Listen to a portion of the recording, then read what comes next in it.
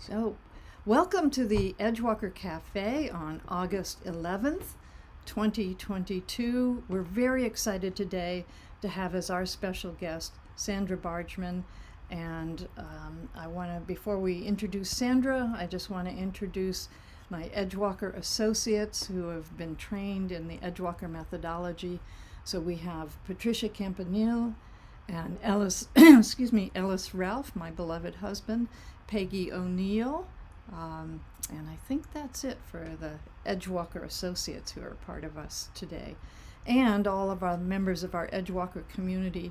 We invite you to put your name and location in the chat so people can see that we've got people coming from all over. Pedro, welcome. I don't even know what country you're in, Pedro, because it changes week to week. And we're so glad to have all of you with us. So, Sandra is an interfaith minister. She is an actor. She is a musician and songwriter. She's a mystic, and she's a hell of a lot of fun. And we're so delighted, Sandra, to have you with us. I've invited you to do the opening contemplation, to share some of your music with us, and then to tell us your story, because you've been on an amazing Edgewalker journey and living on the edge of every day. So welcome. Take it away, Sandra. Thank you. Thank you so much, Judy. It is such a pleasure to be here. Here we go.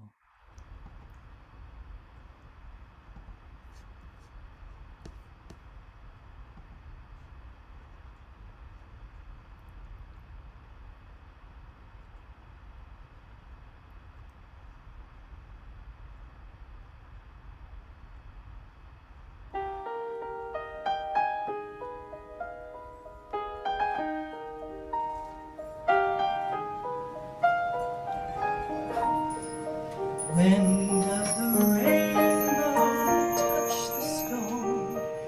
When is the light's shadow born? Where does the river meet the sea? Who's to say how troubled hearts are set free?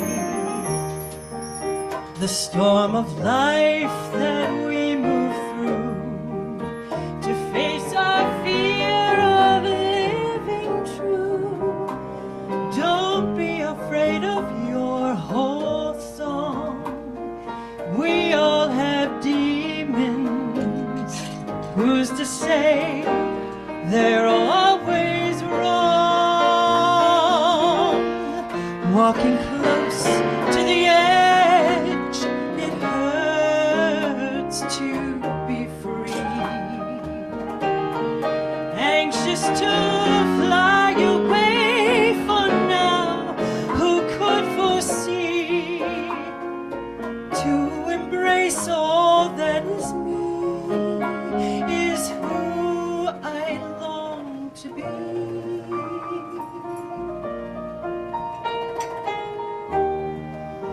As anger masks the breath of fear, the dying star consumes the night. Caress the edges lurking near.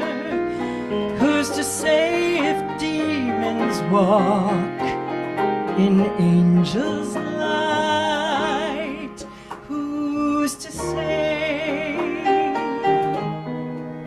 Who's to say? Who's to say?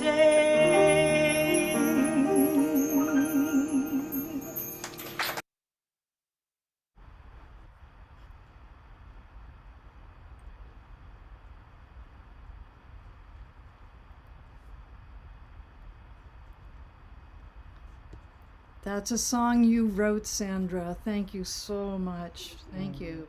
Oh, thank you. Such a pleasure to share it. Walking close to the edge, it hurts to be free. Ain't that the truth?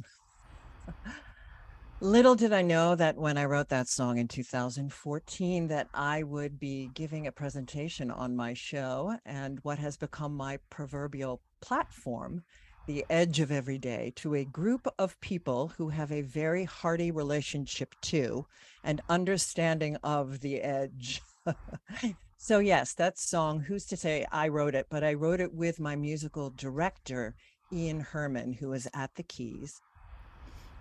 And we wrote that as an opening prayer and an intention setting song for the beginning of the edge of every day. But before I get into all of that, let me back up a bit and give you some background that leads up to the creation of the edge of every day. So the story goes that when I was a little girl, all of 3 or 4 years old, I marched into the kitchen with my hands on my hips and I announced to my mother that I was here on a mission. I have known throughout my life that I was here to contribute to life. Of course, I popped out of the womb singing and acting. I danced, I played the violin. My creative expression was very supported within my biological family. And so, of course, it became my first profession. And I was also the kid on the edge of the groups in the corner, off in the corner, who had the antenna, who could see and read the energy of the room. As important as performing was to me, so too was my spiritual questioning and musing. I was and am voraciously curious and constantly learning. And it was in my late 30s that I had the undeniable call to move further into a more service-oriented life. So in 2005, I was accepted into the interfaith program at the new seminary for interfaith studies in New York City. It was the first interfaith seminary started by Rabbi Gelberman, John Mundy, and Swami Satchidananda in 1980. And I was ordained at St. John the Divine in 2007 and went on to another seminary journey at One Spirit Interfaith Seminary for advanced certification in spiritual counseling. And it was during my seminary journey that the idea for my company, Sacred Stages, was sparked. The company would couple this and synthesize my performing life with my spiritual leadership, or as I love to say in my very sassy elevator speech, where I can serve and lead in a spiritual capacity and shake my booty on stage.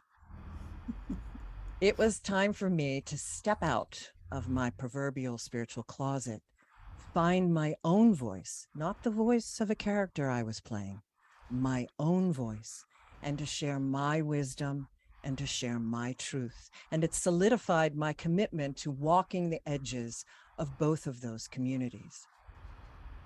And while I adored studying all the world traditions and have always been very curious about other paths and cultures, I was quite clear that organized religion was not for me. So where would I go for an expansive experience? Where would I go to find community?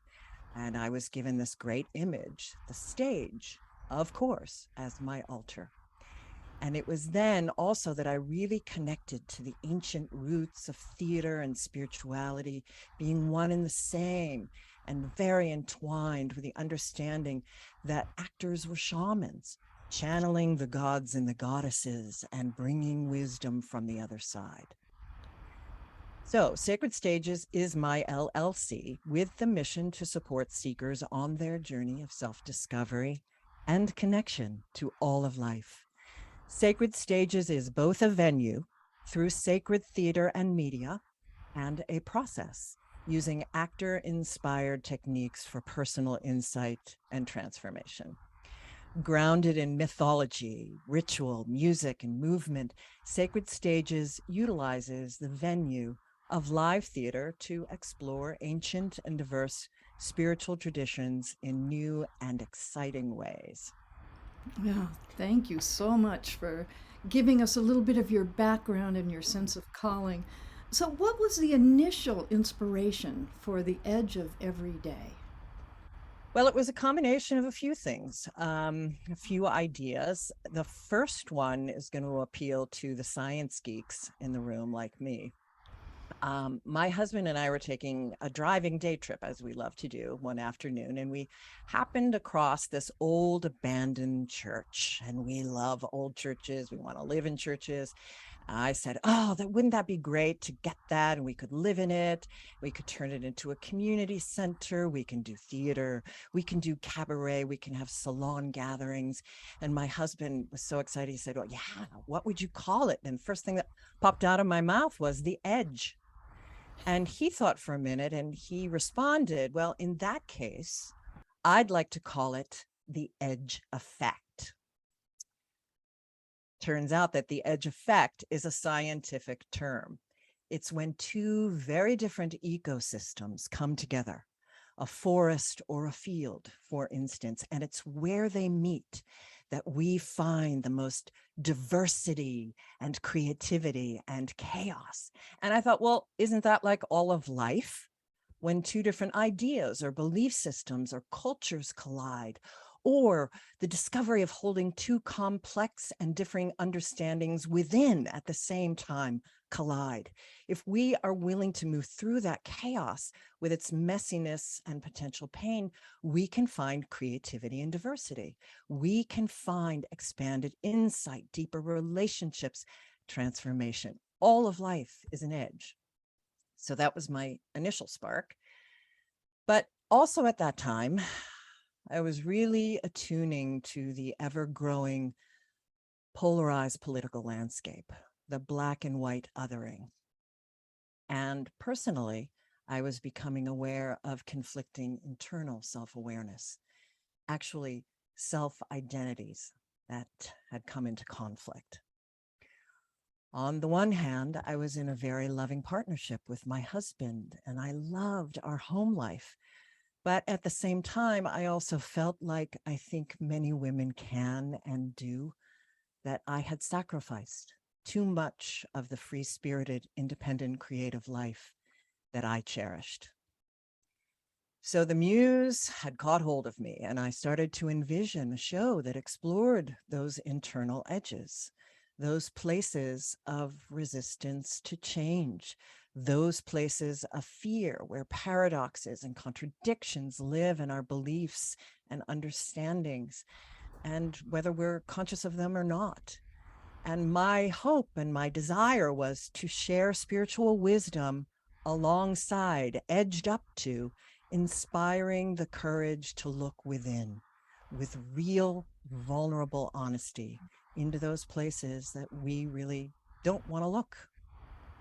So, how did you share that vision of what the edge is with your audience?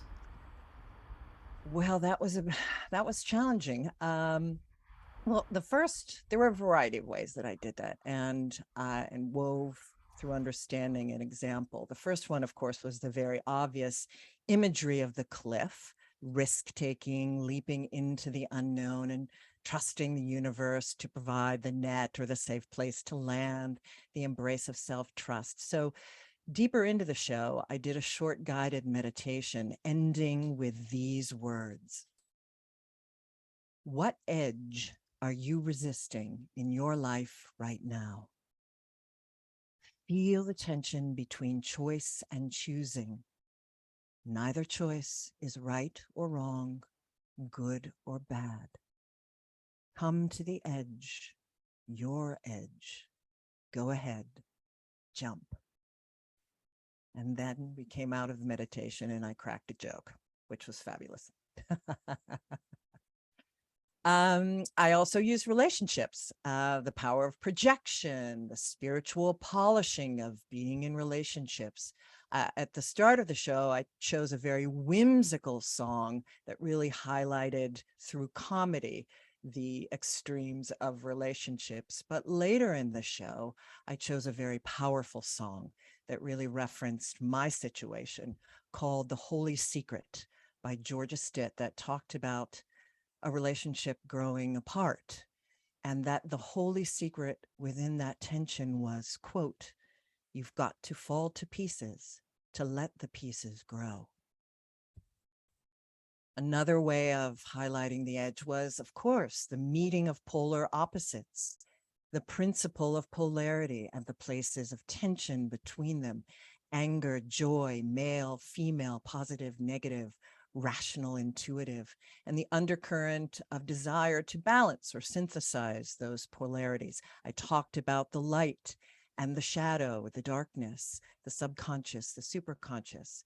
I found a beautiful unknown song called Dark by Edward Grimes. And I coupled it with a very short but powerful mythical poem that I had found in one of my most favorite books by Clarissa Pinkola Estes, Women Who Run with the Wolves. And I'll read it here. Today near eventime, I did lead a girl who had no seeing a little way into the forest where it was darkness and shadows were. I led her toward a shadow that was coming our way. It did touch her cheeks with its velvety fingers. And now she too does have likings for shadows. And her fear that was, is gone. And of course, unspoken, but energetically woven in through song choice and just through my vision was the highest self, spirit with flesh, humanity, with breath as the edge point, that we are made of both earth and stardust.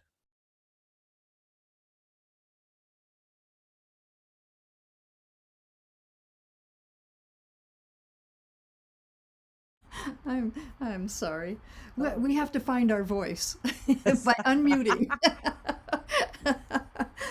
I want to ask you about the structure of your show, because you did this, you structured it in a very unique and unusual way. So please tell us about that. I'd love to. It It's was such very an fun. Edgewalker approach to It was very fun. Yes, very Edgewalker, very boundary pushing and boundary merging. So I created what I call a CABAritual because of my deep love of ritual and ceremony. And because I knew I wanted the experience of the show to be transformational, I crafted it as a ritual. I blended the intimate venue of cabaret with the spiral experience of ritual rather than the traditional timeline arc. And I added some over-the-top performance art and dubbed it CABAritual. The performance art aspect was positively outrageous and very playful. So, okay, the show's announced, and I enter through the audience, as you do in most cabaret rooms, at least in New York City. And I entered dressed like truly a full-blown drag queen. I had a dramatic full-length coat on and a huge hat that I actually made. And Judy, if you could share the photo, that would be great. Oh, I didn't get it yet. Oh, Sorry, oh, that's yeah, okay. here we go. Here we go. We're gonna get there. We are on the edge of technology. All right. Oh, that's fabulous. Thank you, madam. All right, let me share the screen. Here we go. Oh, Oh my God, I love this. Oh my goodness. So, okay. All right. Yes, my script has gone away, so I'm going with the oh, we're back. Okay. So the base was a big, huge, round Asian straw hat that I found in Chinatown. And on the top, I had built a wire crown, and I had woven in big sunflowers and vines, and I made styrofoam bees and dragonflies on wire, so they looked like they were flying above my head. When I walked in, they were shaking around. And I had a staff. You saw the staff with the owl on top, and of course it had a big rhinestone unibrow. It was just insanely, as you saw, over the top and a great source of fun. And the audience howled when I came walking out. But as the show progressed, the depth of the undercurrents of these seemingly ridiculous choices was slowly revealed. And as I shared more of the vulnerable and poignant experiences, the hat is my priestess hat. The crown I attached was painstakingly wrapped with silk ribbon, and with each twist around the wire, a prayer was added. With each rhinestone hot glued upon it, a prayer was added. I had chosen those three animals, owl, bee, and dragonfly for the Native American wisdom that they imparted, and they helped to connect people to the edges. The owl for the medicine or wisdom of comfort with and in the dark. And it also invoked the power of Athena and her ability to connect to what is seen and unseen, the edge, through owl. The medicine of dragonfly teaches life is an illusion and that we must become comfortable with change, for as we know, change is the only constant in life. And of course, B was for community and connection and communication. And the bee is a sacred symbol within the goddess tradition.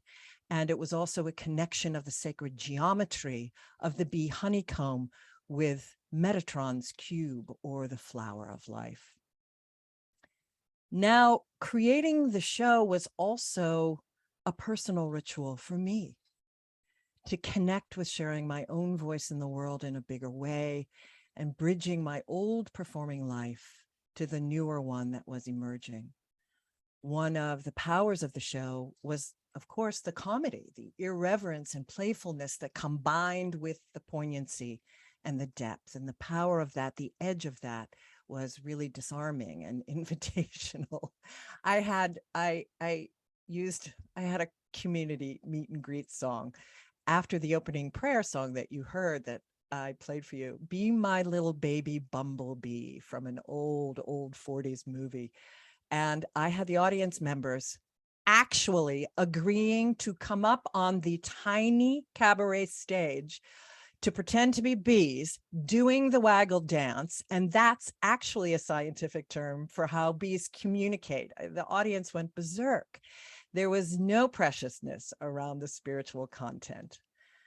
However, at its core, at its deepest message, the edge of every day is an invitation to explore wholeness through a variety of understandings about what an edge is, by being willing to explore the spiritual polishing of relationships, to look within, to acknowledge the parts of self that have been pushed into the shadows, to explore grief. And I calculatedly constructed it to be experienced at whatever level you wanted to come into, whatever level you were called to come into. It's an exploration of 3D and a directional toward 5D.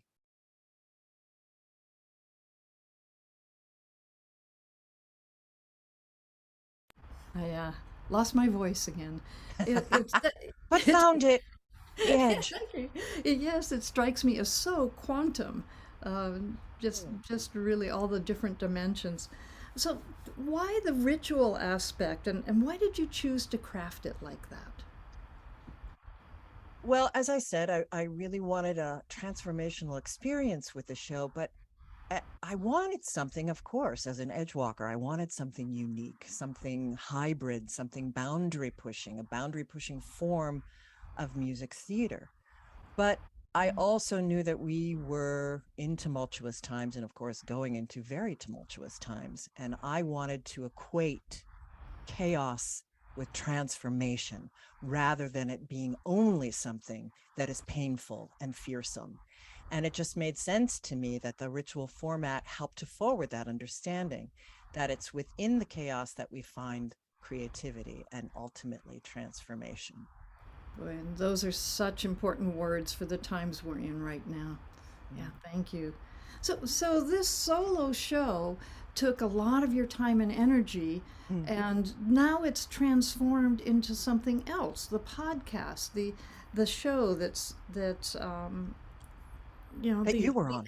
that I was on, we had more fun. That was It was fabulous. it was fabulous. It was so great, which is why I wanted you to come to this community, because we share communities and the communities grow. And so I thank you so much for being here. So please tell us about how the podcast grew out of this CABAritual show. Well, so now fast forward to 2019, and the concepts that I had put forward in the show continued to really resonate deeply, at least for me, certainly, and what I was seeing growing in the world. it was overwhelmingly clear to me that the edge of every day had become my platform, that it was genuinely how I see life and how I walk through the world. At that time, the collective shadows of racism and homophobia and misogyny to women and Mother Earth had been revealed and felt like they were really cranking into high gear. So I was contemplating updating the show to have a more pronounced political edge, if you will, inspired by my favorite dark goddess, Lilith, at the center of it. And then COVID hit, and all of my stage work went poof. All of my ritual design with wedding couples went poof.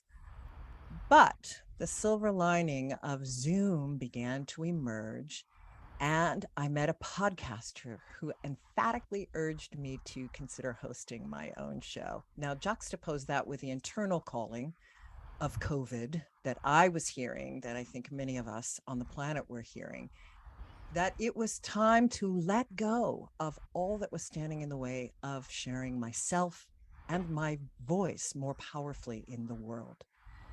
And COVID was truly a great polishing for humanity.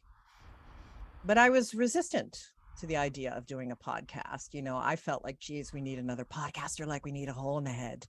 But, upon reflection, that was just my edge of fear of sharing my voice.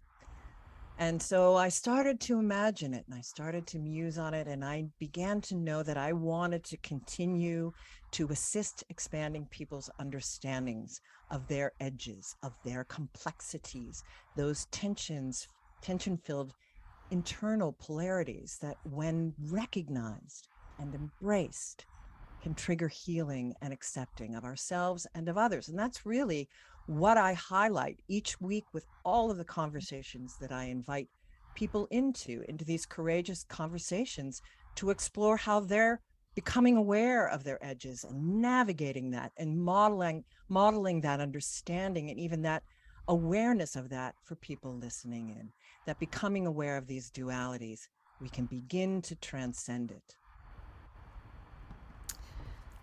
So it's so important to you and to us to come together and to build community around understanding these edges, around understanding transformation. Can you tell us about your desire to grow community, how you discovered Edgewalkers, and and about the salon space that you're beautifully That I'm sitting in. Yeah, that you're doing so much to create community, and we're in conversation and exploration with you about how to co-create greater community. So share with everyone your thoughts. I'd love to. So one of the other things that really polished me during COVID was a sense of being called to community. When I started Sacred Stages, I really wanted to create community, but I didn't fare so well. I just managed to create a fan base, which was lovely and needed, but it wasn't feeding my deep desire for community. And I have friends in all the communities that I'm in and friends around the globe. And it's not the same as an organic feeling of community. So I started to understand that I wanted to build this community center on my land, in my own community, and really feel connected to those people around me that can serve, where we can serve each other in these tumultuous transformational times. So while I'm creating the salon, and I'll talk a bit more about it here, I started connecting. I was asked to contribute a chapter to a book, and I started saying the words Edgewalker. And I wrote the chapter, and I said, I walk on the edges of a lot of communities, and Edgewalker, and it started bubbling through my head. And I Googled it as we do now, Edgewalker, and boom, edgewalkers.org comes flashing up on the screen. And oh my goodness, it's a thing. Edgewalking is like a thing. And I was all over the website and doing the profile. And of course I was like walking prototype of the Edgewalker. And so and I was, had started the podcast, and I just knew that I had to speak with you, Judy. And so I reached out and boldly reached out and said, please be on my podcast. And you indeed agreed. And we had a glorious, glorious time. So tell us about the podcast and how we can find out more, and what kind of people you're looking for to be on the podcast, because you've got a Oh, whole that's great. room Yes. full And of. there might be, people listening in that could be fantastic. So again, what I'm looking for, and, I have, it's not just spiritual people or just theatrical people. It's people, although I've had both of those people on, it's people who are willing to talk about the edges that they've explored, they've encountered, as they've gone through their life. For instance, I had a gentleman on, he was a pastor. I believe, I've forgotten where he was a pastor, but anyway, he was in a car accident with his wife, his 3 children in the back seat, 1 child at home, and his wife was pregnant. And there was a car crash, and everyone was killed except one of the children in the back seat.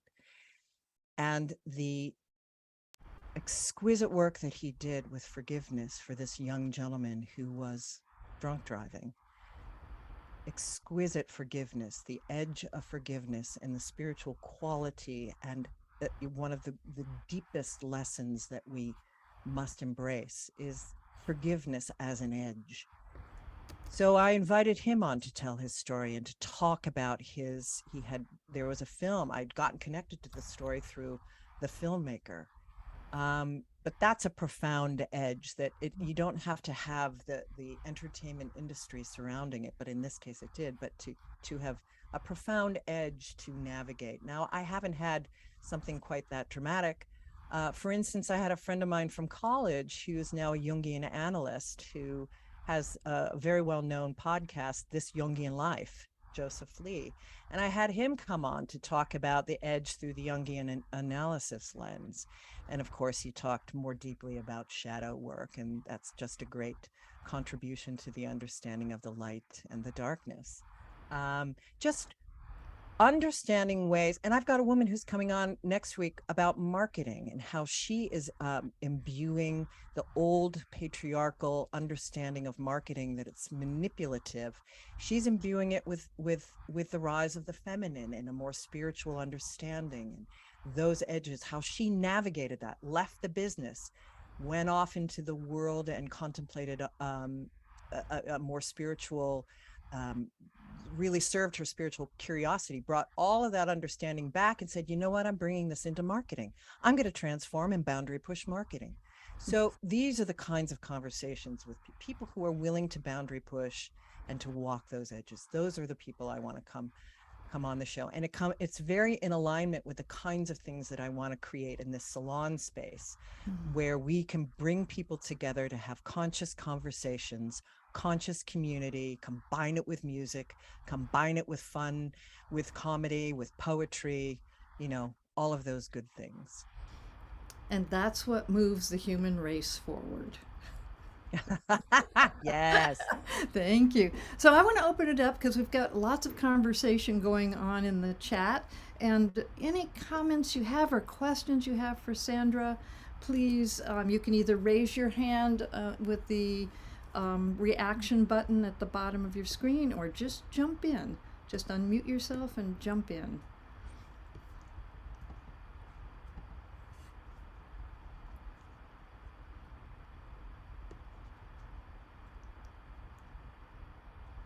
Well, I might as well jump in.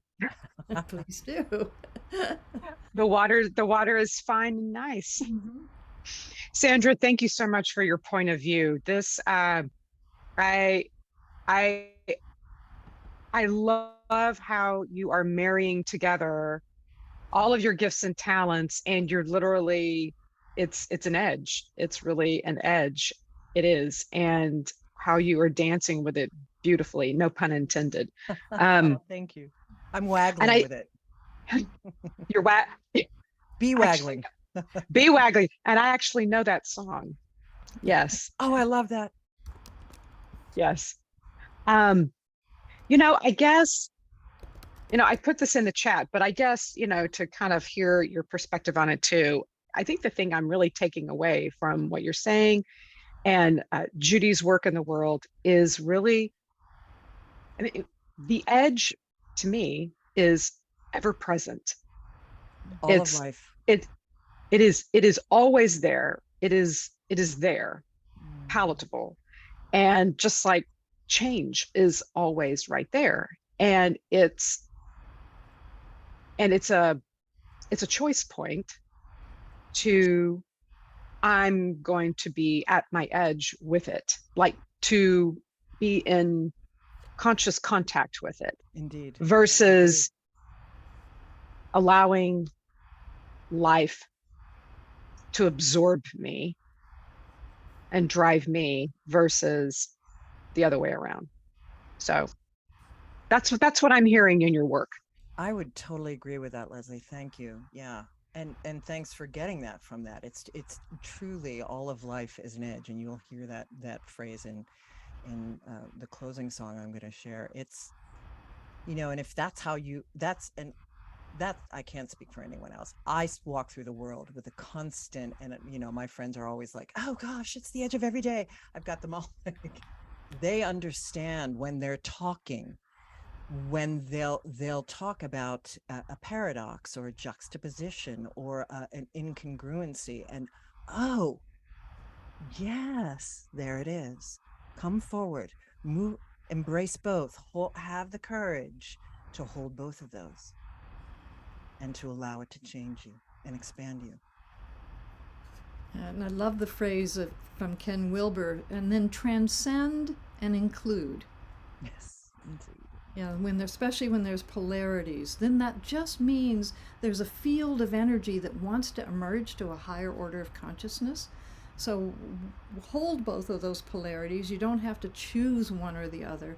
There's something, a greater, higher principle that organizes them, that can then guide our lives better. And so you help people discover that.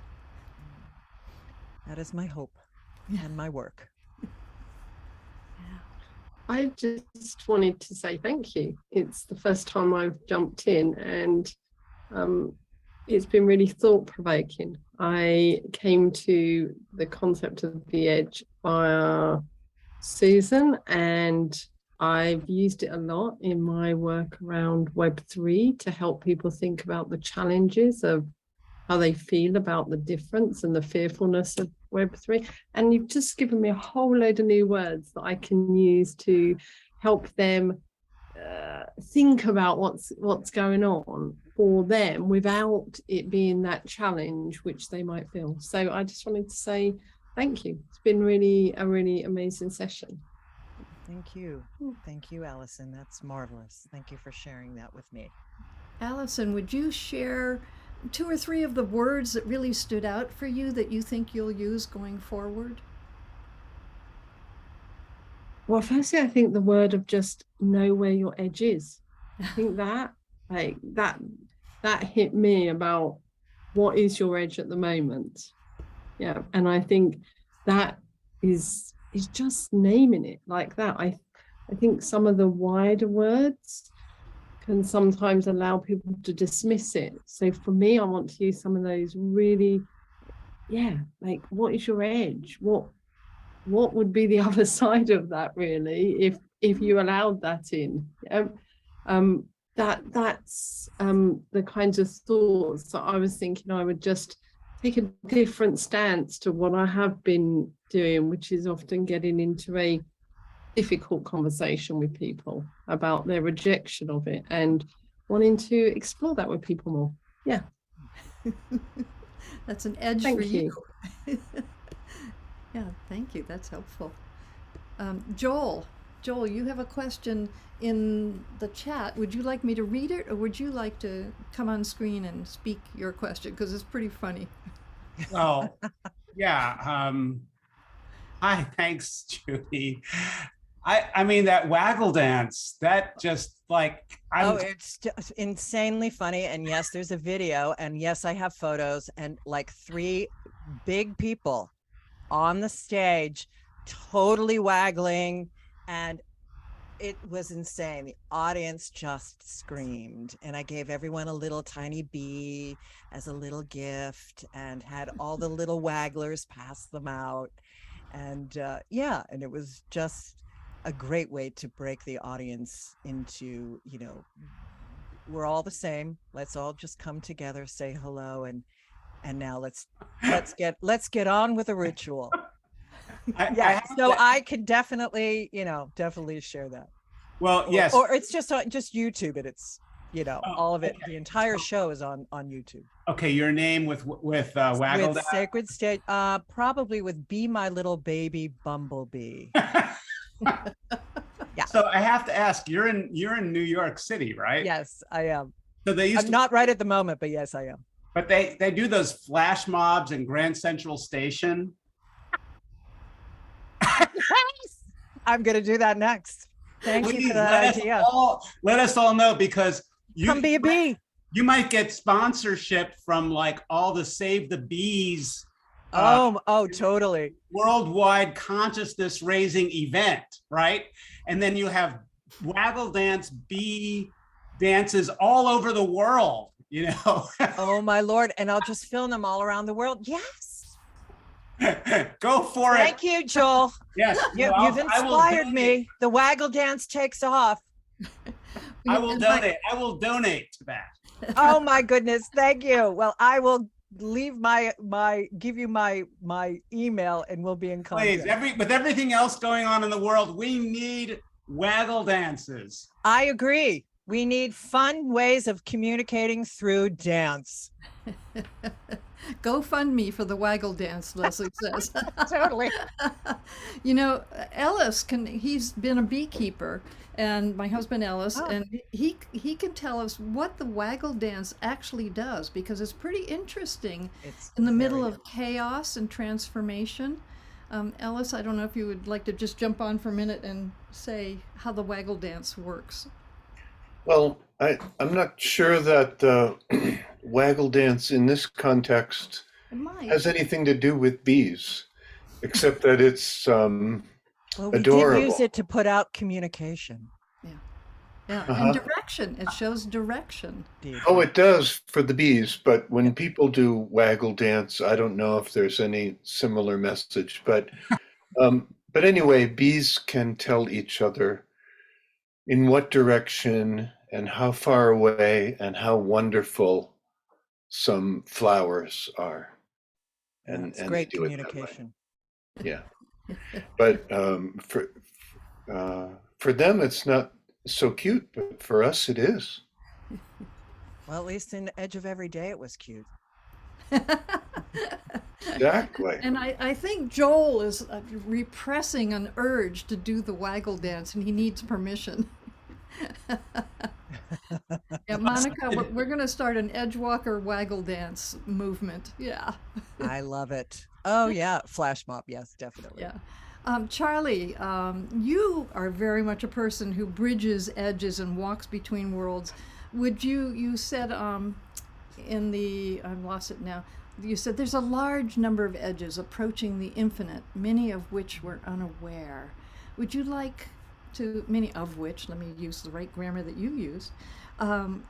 Charlie, would you like to jump in and say more about that, or do you have a question for Sandra? Well, no, not really. It's just that I'm listening to a lot of discussion about Edgewalkers. Of course, that's the name of the organization. And a concern I have is that if we see the edge as a singular thing, because we have a singular model that we place ourselves in, and everything else is placed outside of that model, that gives us a single edge. And my experience has been that anything we do presents us with any number of edges, and that we need models that understand that anything can happen at any time, and they come with their own set of edges. So to identify an edge and prepared to walk on that edge, I think can be limiting in certain circumstances. That's the idea I was trying to communicate. Thank you. And that's so beautiful, because it actually, the way I'm hearing you, it means the edge is part of the process towards non-dual consciousness. That when we get to non-dual consciousness, there is no edge anymore. There's only the oneness of everything. The being oneness of interconnected. life, indeed. Yeah. And that's something Peggy O'Neill has been teaching a lot about. Peggy, I don't know if you want to jump in.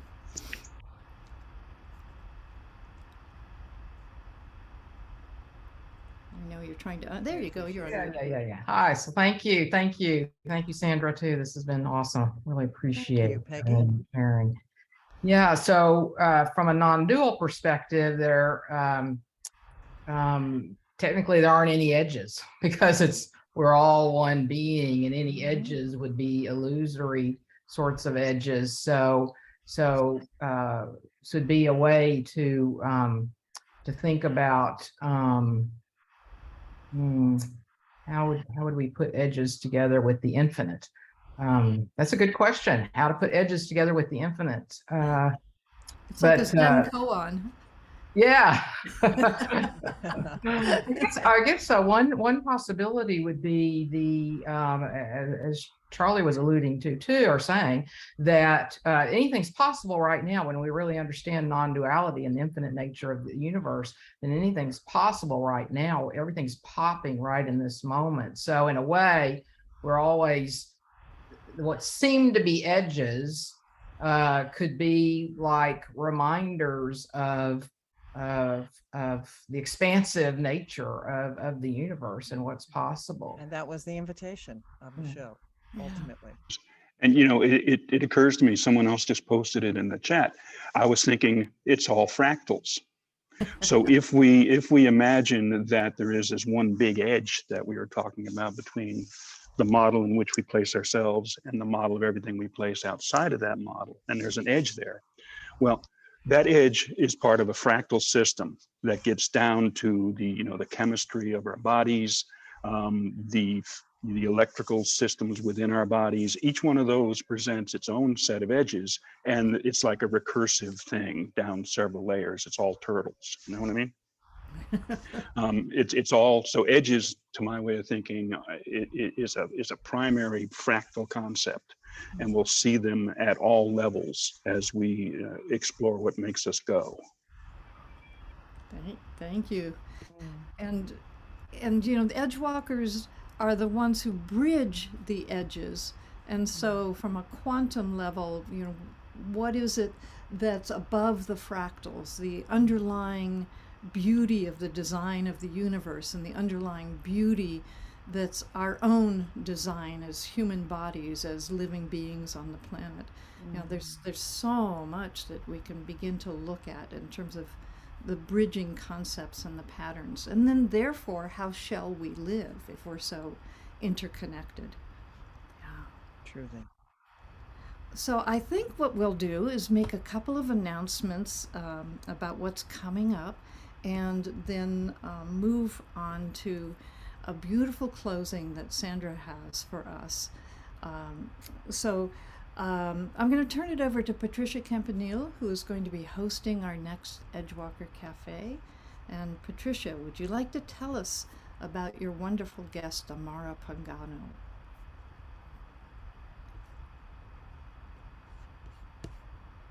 Where's Patricia? Did we lose her? All right, we seem to have lost her. So Amara Pagano is a dancer and a coach from Spain, and does sacred dance. And so I was thinking how wonderful that we're in this theme of the intersection between the arts and spirituality and consciousness and coaching and touching people's lives. And so we'll be hearing from Amaro on October 6th, and we don't know the time yet. She's in Spain, so it will probably be as early as this call, or maybe a little earlier. And I've invited Dr. Leslie Brissett to be my guest in November.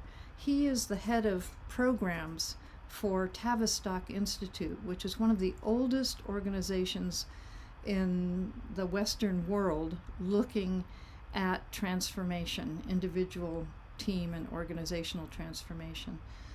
So we're looking forward to that. Sandra, do you have any announcements of things coming up that people, well, certainly you've got the Edge of Everyday podcast, you've got that coming up next week. Anything else that you would like to announce?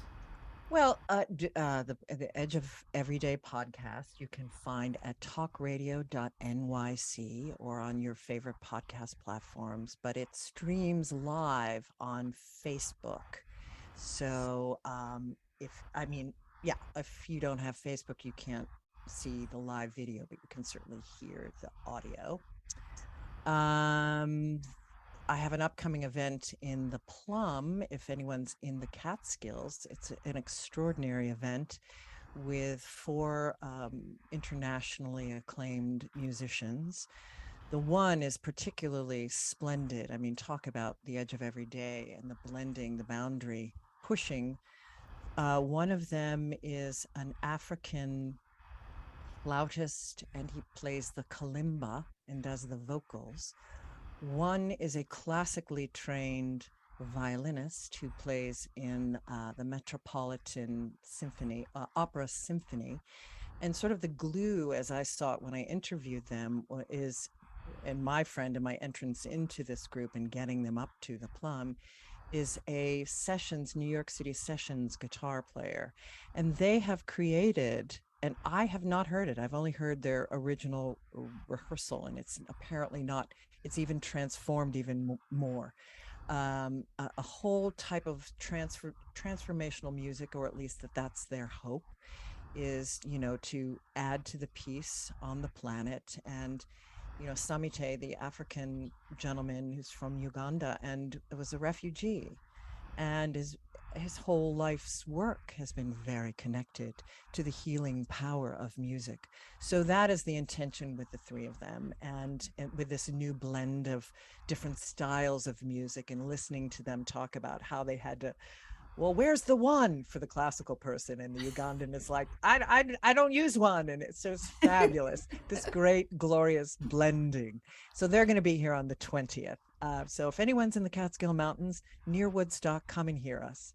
We'll be filming it, and hopefully I'll be posting something on my YouTube. So that's that. You can go to theplumth2.com to read about it.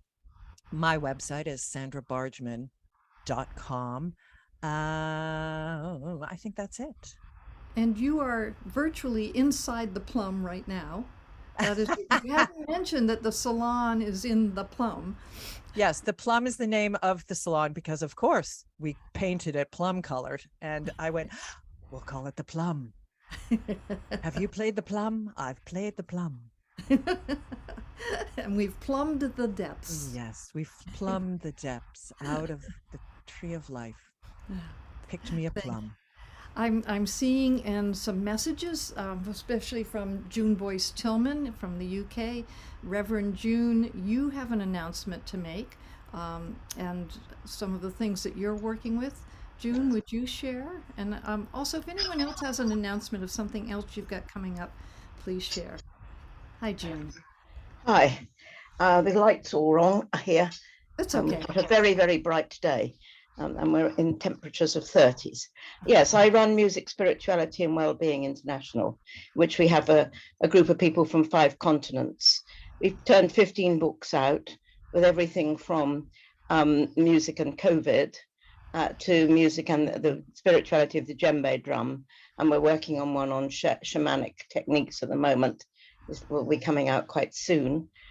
I've been working with The Sound of the Plants, which is a system coming from Italy, which you attach to the leaves of plants and trees and converts the electrical impulses from them into sounds. And I and a harpist and a guitarist are improvising with the plants once a month and turning out material of that kind. I've built a music house at the bottom of my garden where we can explore this more fully with the quartz bowls and so on and so forth. And starting to run a contemplation group, which has just the sounds of the bowls and the plants as part of it. So I was just putting into the, you can have a look at music at www.mswinternational.com, which is where all the activities that we're doing.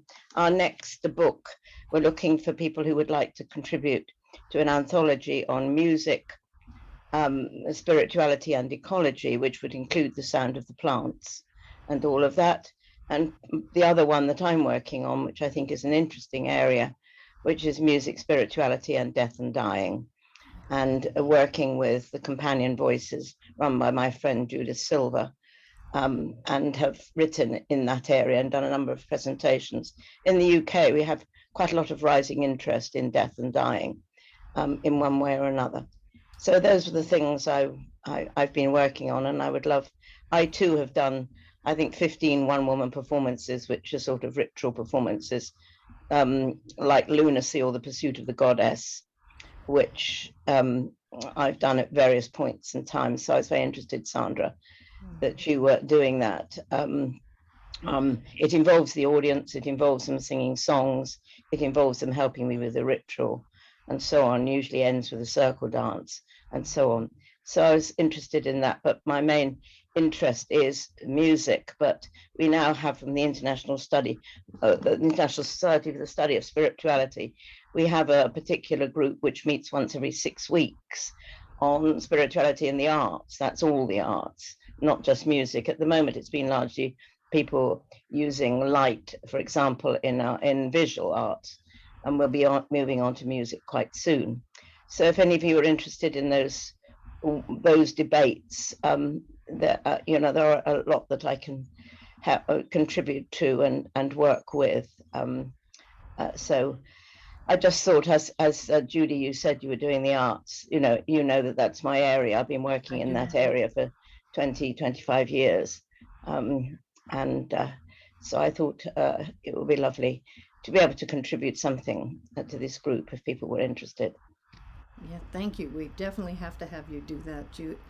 I saw you do the Hildegard of Bingham one-woman show at the International Association for Management, Spirituality, and Religion in Vienna, which was 12 years ago, and it was so stunning. I just remember, just the magic of the sacred space you created. So we definitely need to have you share more with us. But I mean, the other thing that I did, I we're present at that, and that's where I wrote the song called "Walk on the Edge, Lead the Way," and that was on the subject of Bernadette of Lourdes, when the meeting was in Lourdes, and she certainly walked on the edge. She was a young woman of 14 with no education whatsoever, who has a vision of a beautiful woman and pursues that, even though her parents oppose her, the church opposes her, and the civil authorities oppose her.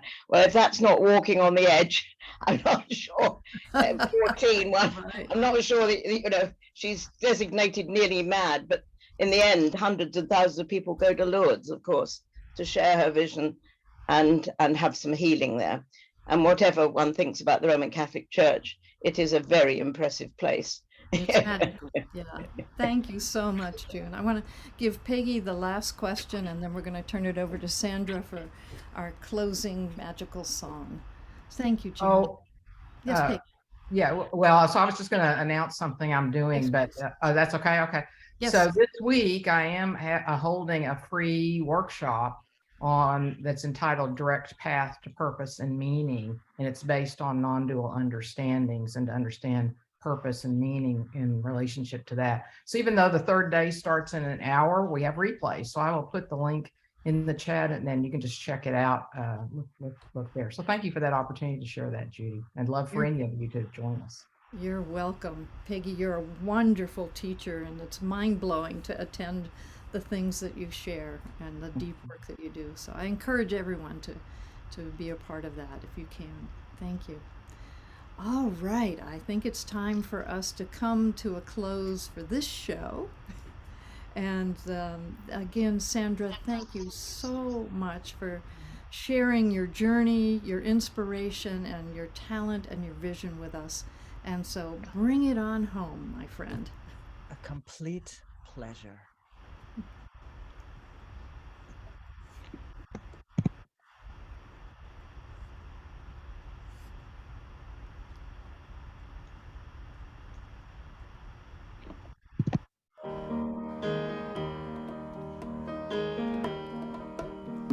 Sometimes I'm right, but I can be wrong.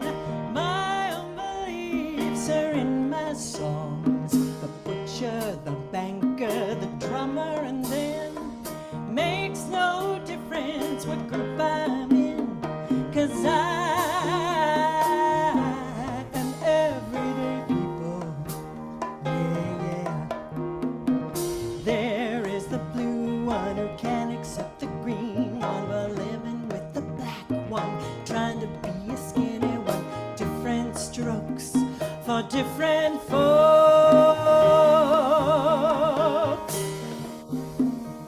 I am no better, and neither are you.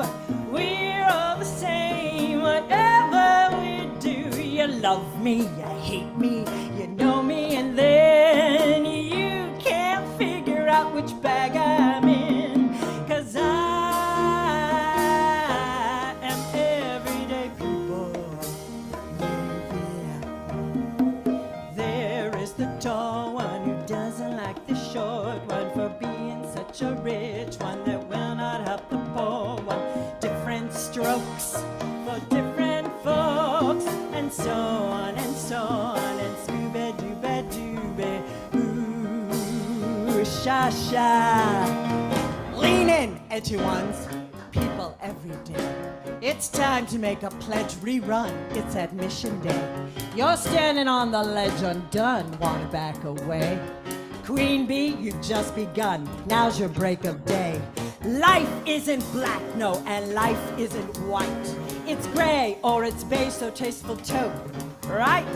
Dualistic nature, balance darkness and light. Cozy up chaos, 'cause you're on the launching site. That which is that, oh, and that which is this, it's all part of the whole. Judge no thing as less. Where sadness meets love and where life meets death. Understand the holy contradictions are all blessed. This judgment of every relentless inspection. Seduce contradiction. You are a complex one. Resist your inheritance of ghost-like perfection. You merit self-romance, not Facebook post. Like reflection.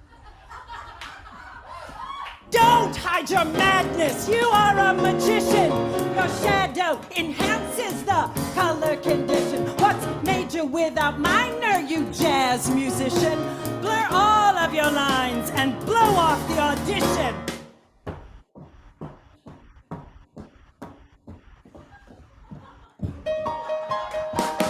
Be choice, be life, be divine dichotomy. Your queen bee will lead you to your own royalty. Be bold, be dazzled, you are the bee's knees. Befriend all the others, 'cause the others are we. Be still beating heart, it's a world relative. Love dares you to change, edge unfurled, forgive. That which separates, rise above. Forgive, boom, boom, bob, hey, give love, be love. So child, remember, bring back your wild.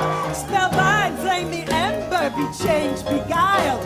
All of life is an edge, move into communion. We're all everyday people in need of reunion. I am everyday people. Yeah, yeah.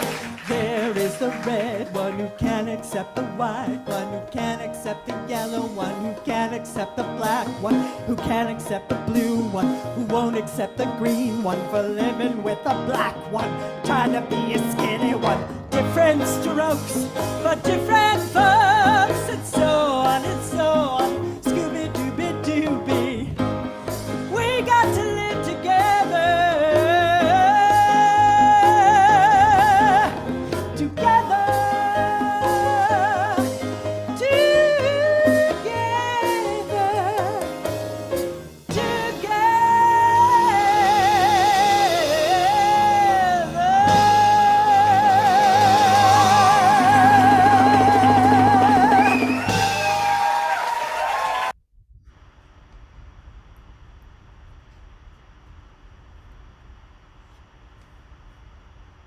Thank you, Sandra. Thank you very, Thank very you. much. Thank you, everybody, for being here. I put a note if you want to save the chat, because there's a bunch of links. You can save it by clicking the 3 dots in the upper right hand of the box. I encourage you to do that if you want to know what others in this community are doing. And Sandra will continue our exploration and conversation about community. And thank you, everyone, for being on the edge of your everyday. We'll see you in October for our next Edgewalker Cafe. Bye, everyone. Thank you. Bye.